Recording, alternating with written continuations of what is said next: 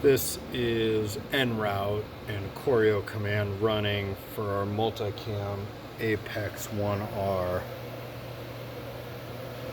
And the machine has now started randomly drilling wherever it wants.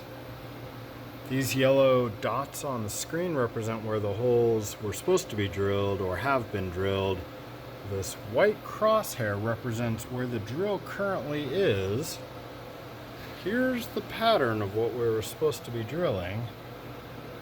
You can see all the little holes on there, which roughly match what was on this choreo command screen here. But our machine decided to start drilling holes on its own.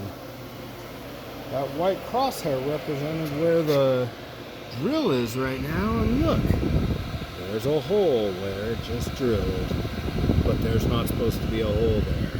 And it started creating this pattern all over the place, which I didn't catch in time.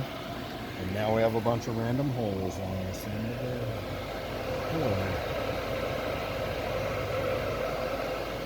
Somebody please help me understand this.